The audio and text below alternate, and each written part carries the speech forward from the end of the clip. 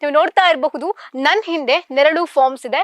So ನಮ್ಮೆಲ್ರಿಗೂ ಕೂಡ ಒಂದು ಕನಸಿರುತ್ತೆ ನಮ್ಮ ಲೈಫ್ ನಲ್ಲಿ, ನಾವು ಕೂಡ ಮನೆ ಕಟ್ಟಬೇಕು, ಒಂದು ವಿಲ್ಲಾ ಮಾಡ್ಕೋಬೇಕು, ಒಂದು ಫಾರ್ಮ್ ತರ ಮಾಡ್ಕೋಬೇಕು, ಅಲ್ಲಿ ಮರ ಗಿಡಗಳನ್ನ ಬೆಳೆಸಬೇಕು ಅಂತ.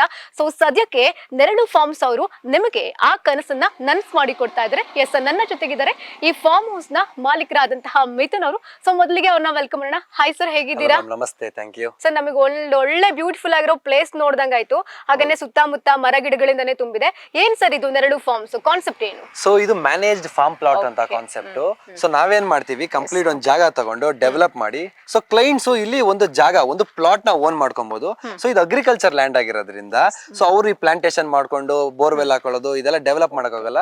ಸೊ ನಾವೇನ್ ಮಾಡ್ತೀವಿ, ಆ ಜಾಗದಲ್ಲಿ ಗಿಡಗಳು ಹಾಕಿ, ಮತ್ತೆ ಅವ್ರು ಬಂದಾಗ ಉಳ್ಕೊಳಕ್ಕೆ ಕ್ಲಬ್ ಹೌಸ್, ಕಾಟೇಜಸ್ ಎಲ್ಲ ಮಾಡಿ, ಸೊ ನಾವೆಲ್ಲ ಮಾಡ್ಕೊಂಡು ಮೇಂಟೈನ್ ಮಾಡ್ತೀವಿ. ಸೊ ಅವ್ರಿಗೆ ಅಂದ್ರೆ ಮ್ಯಾನೇಜ್ ಹೆಸರಲ್ಲಿ ಇದೆ, ಮ್ಯಾನೇಜ್ ಫಾರ್ಮ್ ಲ್ಯಾಂಡ್ ಅಂದ್ರೆ ಅಗ್ರಿಕಲ್ಚರ್ ಲ್ಯಾಂಡ್ ಒಬ್ಬ ನಾರ್ಮಲ್ ಅದರ್ ಪರ್ಸನ್ ಓನ್ ಮಾಡಕ್ಕಾಗುತ್ತೆ. ವೇರ್ ನಾವು ಮ್ಯಾನೇಜ್ ಮಾಡಿ ಅವ್ರಿಗೆ ಹಾರ್ವೆಸ್ಟ್ ಅಂಡ್ ಔಟ್ಪುಟ್ ಅವ್ರಿಗೆ ಇರುತ್ತೆ. ಸೊ ಅದು ಇದು ಕಾನ್ಸೆಪ್ಟ್. ಸರ್, ಅಂದ್ರೆ ಇಲ್ಲಿ ನಿಯರ್ ಆಗುವಂತಹ ಪ್ಲೇಸಸ್ ಏನು ಅಂತ ಲೊಕೇಶನ್ ಬಗ್ಗೆ ಹೇಳೋದಾದ್ರೆ? ಓಕೆ, ಸೊ ನಮ್ಮ ಲೊಕೇಶನ್ ಅಂತ ಬಂದ್ರೆ this is towards north Bangalore, ಅಂದ್ರೆ ದೇವನಹಳ್ಳಿ ಏರ್ಪೋರ್ಟ್ ಸೈಡ್ ಇರುತ್ತೆ. ಸೊ ದೇವನಹಳ್ಳಿ ಅಲ್ಲಿಂದ ಚಿಕ್ಕಬಳ್ಳಾಪುರ ಮತ್ತೆ ಶಿಡ್ಲಘಟ್ಟ ಅಂದ್ರೆ ನ್ಯಾಷನಲ್ ಹೈವೇ ಇಂದ ರೈಟ್ ತಗೊಂಡು ನಾವು ಒಂದು 15 to 20 minutes ಟ್ರಾವೆಲ್ ಮಾಡಿದ್ರೆ ನಮ್ಮ ಪ್ರಾಜೆಕ್ಟ್ ಸಿಗುತ್ತೆ. ಅಂಡ್ ನಮ್ಮ ಪ್ರಾಜೆಕ್ಟ್ ನಮಗೆ ರೋಡ್ಗೆ attached, major district road 60 feet ರೋಡ್ಗೆ ಅಟ್ಯಾಚ್ಡ್. ನೀವು ಈ ಕಡೆ ನೋಡಬಹುದು, ರೈಟ್ ಸೈಡ್ 15 kilometers ಹೋದ್ರೆ ನಮಗೆ ಚಿಂತಾಮಣಿ ಸಿಗುತ್ತೆ. ಓಕೆ, ಮತ್ತೆ ಲೆಫ್ಟ್ ಒಂದು 20 to 25 minutes ಟ್ರಾವೆಲ್ ಮಾಡಿದ್ರೆ Chikkaballapur national highway, Hyderabad highway ಸಿಗುತ್ತೆ. ಸೊ ನಮಗೆ ನಿಯರ್ ಬೈ ಟೂರಿಸ್ಟ್ ಪ್ಲೇಸಸ್ ಮತ್ತೆ ಡೆವಲಪ್ಮೆಂಟ್ಸ್ ಅಂತ ಕೇಳಿದ್ರೆ, ಸೊ ಜಂಗಮಕೋಟೆಯಲ್ಲಿ ಡೀಪ್ ಟೆಕ್ ಪಾರ್ಕ್ ಅಂತ ಬರ್ತಿದೆ. ಸೊ ಈಗ ಹೊಸದಾಗಿ robotics, IoT, AI related start ಮಾಡ್ತಿದ್ದಾರೆ. ಅಂಡ್ ಚಿಂತಾಮಣಿ ಇಂಡಸ್ಟ್ರಿಯಲ್ ಏರಿಯಾ ಸಹ ಬರ್ತಿದೆ. And then Nandi medical college, queen city, Chikkaballapur developments. And then tourist places ಅಂತ ತಗೊಂಡ್ರೆ ನೀವು ತಲಕಾಯಲ್ ಬೆಟ್ಟ ಅಂಡ್ ಕೈವಾರ ಅಂಡ್ ಕೈಲಾಸಗಿರಿ ಬೆಟ್ಟ, ದೆನ್ ಕ್ಯಾತ್ನಹಳ್ಳಿ ಫಾಲ್ಸ್, ಮತ್ತೆ ಹಿಂದೆಗಡೆ ಲೇಕ್ ಇದೆ. ಅಂಡ್ ಇನ್ನೊಂದು ತುಂಬಾ ಹೈಲೈಟ್ ಏನಂದ್ರೆ, ನಂದಿ ಹಿಲ್ಸ್ ಅಲ್ಲಿ ಪಾಪಾಗ್ನಿ ರಿವರ್ ಅಂತ ಶುರು ಆಗುತ್ತೆ, ಅದು ಆಂಧ್ರಾಗ ಹರಿಯುತ್ತೆ. ಆ ಪಾಪಾಗ್ನಿ ರಿವರ್ ಸ್ಟ್ರೀಮ್ ನಮ್ಮ ಪ್ರಾಪರ್ಟಿಗೆ ಅಟ್ಯಾಚ್ ಆಗಿದೆ. ನಾನು ನಿಮಗೆ ನೋಡಿಸ್ತೀನಿ ಅದನ್ನ. ಇಲ್ಲ, ಹತ್ರನಾ? ನಮ್ಮ ಪ್ರಾಪರ್ಟಿಗೆ ಅಟ್ಯಾಚ್ ಆಗಿದೆ, ಹತ್ರ ಅಲ್ಲ, ನಮ್ಮ ಪ್ರಾಪರ್ಟಿ ಪಕ್ಕದಲ್ಲೇ ಇದೆ, ಅಟ್ಯಾಚ್ ಆಗೇ ಇದೆ. ಓಕೆ, ಸೊ ನೀವು ನೋಡಬಹುದು ಕಂಪ್ಲೀಟ್ಲಿ ಗೇಟೆಡ್ ಕಮ್ಯುನಿಟಿ. ನೀವು ಎಂಟ್ರೆನ್ಸ್ ಆರ್ಚ್ ನೋಡಬಹುದು, ಆಲ್ಮೋಸ್ಟ್ 20-25 ಅಡಿ ಇದೆ.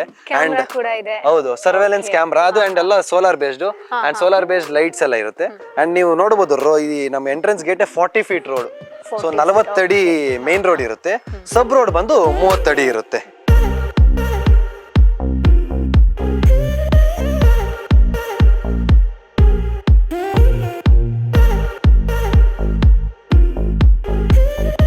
ಸರ್, ನೀವು ಒಂದೊಳ್ಳೆ ಪ್ರಾಜೆಕ್ಟ್ ನ ಸ್ಟಾರ್ಟ್ ಮಾಡಿದೀರಾ. ಎಲ್ಲಿ ನೋಡಿದ್ರು ಸುತ್ತ ಮರಗಿಡಗಳೇ ಕಾಣಿಸ್ತಾ ಇದೆ. ಈ ನೆರಳು ಫಾರ್ಮ್ಸ್ ನ ಪ್ರಾಜೆಕ್ಟ್ ಏನು, ಹಾಗೆ ಎಷ್ಟು ಸ್ಕ್ವೇರ್ ಫೀಟ್ ಇದೆ, ಏನ್ ಪ್ರೈಸಸ್ ಇದೆ? ಸೊ ನಾನು ಆಗ್ಲೇ ಲೊಕೇಶನ್ ಹೇಳಿದ್ದೆ. ಸೊ ಇದು ಪ್ರಾಜೆಕ್ಟ್ ಬಂದು ನೆರಳು ಫಾರ್ಮ್ಸ್ ಕೋರ್ಲಪರ್ತಿ ಅಂತ ಪ್ರಾಜೆಕ್ಟ್ ಹೆಸರು. 31 acre ಅಲ್ಲಿ ಬರ್ತದೆ ಇದು. ಸೊ ನಾವು 145 ಪ್ಲಾಟ್ಸ್ ರೀತಿ ಡಿವೈಡ್ ಮಾಡಿದೀವಿ. ಸೊ ಡೆವಲಪ್ಮೆಂಟ್ಸ್ ಅಂತ ತಗೊಂಡ್ರೆ ಎಂಟ್ರೆನ್ಸ್ ಒಂದು ಆರ್ಚ್ ಬರ್ತಿದೆ, ಕಂಪ್ಲೀಟ್ಲಿ ಗೇಟೆಡ್ ಕಮ್ಯುನಿಟಿ. ಸೊ ನಾವು ಸಿಮೆಂಟ್ ಸ್ಲಾಬ್ ಫೆನ್ಸಿಂಗ್ ಮಾಡಿದೀವಿ ಎಲ್ಲಾ ಕಡೆ. ಆಮೇಲೆ 40 feet and 30 feet wide roads, ಅಂದ್ರೆ ಗ್ರಾವೆಲ್ ರೋಡ್. ಏನಾಗ್ತದೆ, ಮಳೆ ಬಂದಾಗ ಈಗ ಇಲ್ಲಿ ಏನಾಗ್ತದೆ, ನಾವು ಯಾವುದೇ ಒಂದಾದ್ರೂ ಸಿಮೆಂಟ್ ರೋಡ್ ಆಗ್ಲಿ ಅಥವಾ ಟಾರ್ ರೋಡ್ ಹಾಕ್ಕೊಡ್ದು, ಯಾಕೆಂದ್ರೆ ಅಗ್ರಿಕಲ್ಚರ್ ಲ್ಯಾಂಡ್ ಗೆ ಆ ರೀತಿ ಅಲೋ ಇಲ್ಲ. ಸೊ ನಾವೇನ್ ಮಾಡಿ ಅದಕ್ಕಂತಾನೆ ಗ್ರಾವೆಲ್ ರೋಡ್ ಹಾಕ್ಸಿದೀವಿ. ಸೊ ಏನಾಗ್ತದೆ, ಮಳೆ ಬಂದಾಗ ವಾಟರ್ ಫ್ಲೋ ಆಗ್ತದೆ, ಅದು ಸಿಂಕ್ ಆಗಲ್ಲ. ಸೊ ನಮ್ಗೆ ಎಂತದೇ ಸಿಚುವೇಶನ್ ಬಂದ್ರು ನಮ್ಗೆ ಕಂಫರ್ಟಬಲ್ ಆಗಿರ್ತದೆ. ಅದು ಬಿಟ್ಟು 25,000 ಗಿಡ ಹಾಕಿದೀವಿ ಆಲ್ರೆಡಿ, 25,000+ ಗಿಡ. ಅದ್ರಲ್ಲಿ 50+ ವೆರೈಟೀಸ್ ಹಾಕಿದೆ. ಅಂದ್ರೆ 50+ ವೆರೈಟೀಸ್ ಅಂದ್ರೆ ಯಾವ್ದಂದ್ರೆ, so royal palm trees, royal date palm, caesalpinia, ಟರ್ಮಿನಲ್ ಎಮೆಂಟಲಿ, ಹಣ್ಣು ಗಿಡಗಳು, ಹೂ ಗಿಡಗಳು, ವೆಜಿಟೇಬಲ್ಸ್ ಎಲ್ಲಾನು ನಾನು ನೋಡಿಸ್ತೀನಿ. ಸೊ ಈಗ ವಾಟರ್ ರಿಸೋರ್ಸಸ್ಗೆ ನಮ್ಮ ಹತ್ರ ಬೋರ್ವೆಲ್ಸ್ ಇದೆ, ಅಗ್ರಿಕಲ್ಚರ್ ಪಾಂಡ್ ಮತ್ತೆ ಎಲ್ಲಾನು ರೆಡಿ ಇದೆ. ಮತ್ತೆ ಅಮ್ಯುನಿಟೀಸ್ ಅಂದ್ರೆ ಕಾಟೇಜ್, ಕ್ಲಬ್ ಹೌಸ್ ಅದು ರೆಡಿ ಇದೆ. ಒಂದು ಮಿನಿ ಫಾರೆಸ್ಟ್ ಕ್ರಿಯೇಟ್ ಮಾಡಿದೀವಿ. ಇಲ್ಲಿ ಬೆಳಗ್ಗೆ ಹೊತ್ತು ಜಿಂಕೆ ಮತ್ತೆ ರೆಗ್ಯುಲರ್ ಆಗಿ ಪಿಕಾಕ್ಸ್, ಒಂದು ಇಲ್ಲಿ ಜಿಂಕೆಗಳು ಮತ್ತೆ ಪಿಕಾಕ್ಸ್, ನಿಮ್ಗೆ parrot, pigeon, sparrow, woodpecker, kingfisher, ಈ ರೀತಿ ಎಲ್ಲಾ ಬರ್ಡ್ಸ್ ನಿಮ್ಗೆ ಒಂದು 100 to 150 ಬರ್ಡ್ಸ್. ಅಂದ್ರೆ ಹೇಳಿಲ್ಲ, ಮಿನಿ ಫಾರೆಸ್ಟ್ ಅಂದ್ರೆ ಮೈಕ್ರೋ ಕ್ಲೈಮೇಟ್ ಕ್ರಿಯೇಟ್ ಮಾಡ್ತಾ ಇದೀರಿ. ಅಂದ್ರೆ ಏನು ವ್ಯತ್ಯಾಸ ಅಂದ್ರೆ, ನೀವು ಹೊರಗಡೆ ಹೋದ್ರೆ 30 ಡಿಗ್ರಿ ಇದ್ರೆ ನಿಮ್ಗೊಂದು 5 to 8 ಡಿಗ್ರಿ ಡಿಫ್ರೆನ್ಸ್ ಇರುತ್ತೆ. ಅಂದ್ರೆ ಮರದ ಕೆಳಗಡೆ ಹೋಗಿ ನಿಂತ್ಕೊಂತಿರಲ್ಲ, ಅವಾಗ ಟೆಂಪರೇಚರ್ ಕಡಿಮೆ ಆಗುತ್ತೆ. ಸೊ ನೆರಳು ಅಂದ್ರೆ ಮೈಕ್ರೋ ಕ್ಲೈಮೇಟ್ ಎನ್ವಿರಾನ್ಮೆಂಟ್ ನಾವು ಇಲ್ಲಿ ಕ್ರಿಯೇಟ್ ಮಾಡ್ಕೊಡ್ತಾ ಇದೀವಿ. ಸೊ ಇದು ನಮ್ಮ ಪ್ರಾಜೆಕ್ಟ್ ಹೈಲೈಟ್ಸ್ ಇದೆ.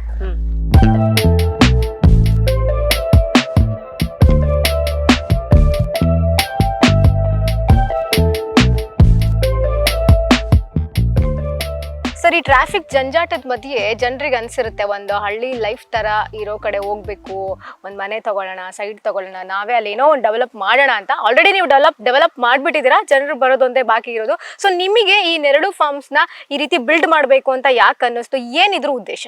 ಓಕೆ, ಸೊ ನಮ್ದು ಬ್ಯಾಕ್ ಗ್ರೌಂಡ್ ಬಂದು ಲಾಸ್ಟ್ 4 ಜನರೇಷನ್ ಇಂದ ಅಗ್ರಿಕಲ್ಚರ್ ಬ್ಯಾಕ್ ಗ್ರೌಂಡ್. ಸೊ ನಮ್ಮ ಮುತ್ತಾತನ ಕಾಲದಿಂದನೂ ನಾವು ವ್ಯವಸಾಯ ಮಾಡ್ತಾ, ಅಂದ್ರೆ ನಮ್ದು ಕುರಿಗಳು ಮೇಯಿಸ್ಕೊಂತಾ. ಸೊ ನಮ್ಗೆ ಈಗ India's biggest goat and sheep farm ಇದೆ, ಅಂದ್ರೆ 1000 ಕುರಿಗಳು ನಮ್ಮ ಹತ್ರ ಇದೆ, Sinchana goat and sheep farm ಅಂತ ಅದು. ಸೊ ನಾವು 80% ಆಫ್ ದ ನಾವು ಏನ್ ಕನ್ಸ್ಯೂಮ್ ಮಾಡ್ತೀವಿ, ಫುಡ್ ಆಗ್ಲಿ ಅಥವಾ ಫ್ರೂಟ್ಸ್ ಅಂಡ್ ಏನನ್ನ ಕನ್ಸ್ಯೂಮ್ ಮಾಡ್ತೀವಿ, ಅದೆಲ್ಲ ನಮ್ಮ ತೋಟದಲ್ಲೇ ಬೆಳೆಯೋದು. ರಾಗಿ, ಪ್ಯಾಡಿ, ವೆಜಿಟೇಬಲ್ಸ್, ಫ್ರೂಟ್ಸ್ ಎಲ್ಲಾನು. ಸೊ ಇದು ನಮ್ಮ ಎಕ್ಸ್ಪೀರಿಯನ್ಸ್ ಮತ್ತೆ ನಮ್ಮ ಲೆಗೆಸಿ ಆಯ್ತು. ಲಾಸ್ಟ್ 15 years ಇಂದ ನಾವು ರಿಯಲ್ ಎಸ್ಟೇಟ್ ಅಲ್ಲಿ ಇದೀವಿ. ಸೊ ನಾವು ರೆಸಿಡೆನ್ಷಿಯಲ್ ಪ್ಲಾಟ್ಸ್ ಮಾಡೋದಾಗ್ಲಿ, ಅಪ್ರೂವ್ಡ್ ಲೆವೆಲ್ಸ್ ಅಲ್ಲಿ ಮಾಡೋದಾಗ್ಲಿ, ನಿಯರ್ ಏರ್ಪೋರ್ಟ್ ನಾವೆಲ್ಲ ಮಾಡಿರಿ. ಸೊ ನಮ್ಗೆ ಯಾವಾಗ್ಲೂ ಇರುತ್ತೆ, ನಮ್ಗೊಂದು ಲಾಸ್ಟ್ 15 years ಇಂದ ನಮಗೂ ಇದೇ ವಿಷನ್ ಇತ್ತು.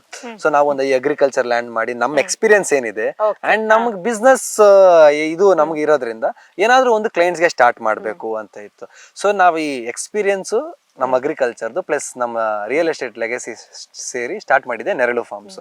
ಸೊ ಇದ್ರ ಉದ್ದೇಶ ನಾವೇನಂದ್ರೆ, ಈಗ ಪ್ರತಿಯೊಬ್ಬರ ಜೀವನದಲ್ಲೂ ಓಕೆ ನಾನು ರಿಟೈರ್ಮೆಂಟ್ ಆದ್ಮೇಲೆ ಒಂದು ಫಾರ್ಮ್ ಲೈಫ್ ಮಾಡಬೇಕು, ನಾನೆಲ್ಲ ಹೋಗಿ ಕೂರ್ಗಲ್ಲೋ ಒಂದು ಎಸ್ಟೇಟ್ ತಗೊಂಡು ಸೆಟ್ಲ್ ಆಗ್ಬಿಡ್ತೀನಿ, ಪ್ರತಿಯೊಂದು ಇರುತ್ತೆ.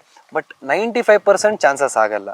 ಯಾಕೆ ಅಂತಂದ್ರೆ, ಒಂದು ಮಣಿ, ಎರಡನೇದು ಟೈಮ್. ಆಲ್ಮೋಸ್ಟ್ ಒಂದು 60-70 years ಆಗೋದ್ಮೇಲೆ ಅವ್ರು ಯಾವಾಗ ಬರ್ತಾರೆ, ಯಾವ ರೀತಿ ಮಾಡ್ತಾರೆ.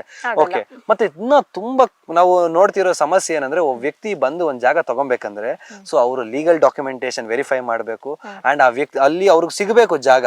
ಅಂದ್ರೆ ಈಗ ಹೋಗ್ಬೇಕು, ಆ ವ್ಯಕ್ತಿನ ಮೀಟ್ ಆಗ್ಬೇಕು, ಅವರು ಲ್ಯಾಂಡ್ ಓನರ್ಸ್ ಮೀಟ್ ಆಗ್ಬೇಕು, ಡಾಕ್ಯುಮೆಂಟೇಶನ್ ವೆರಿಫೈ ಮಾಡ್ಬೇಕು, ವಿಚ್ ಈಸ್ 90% ಚಾನ್ಸಸ್ ಆಗೋಲ್ಲ.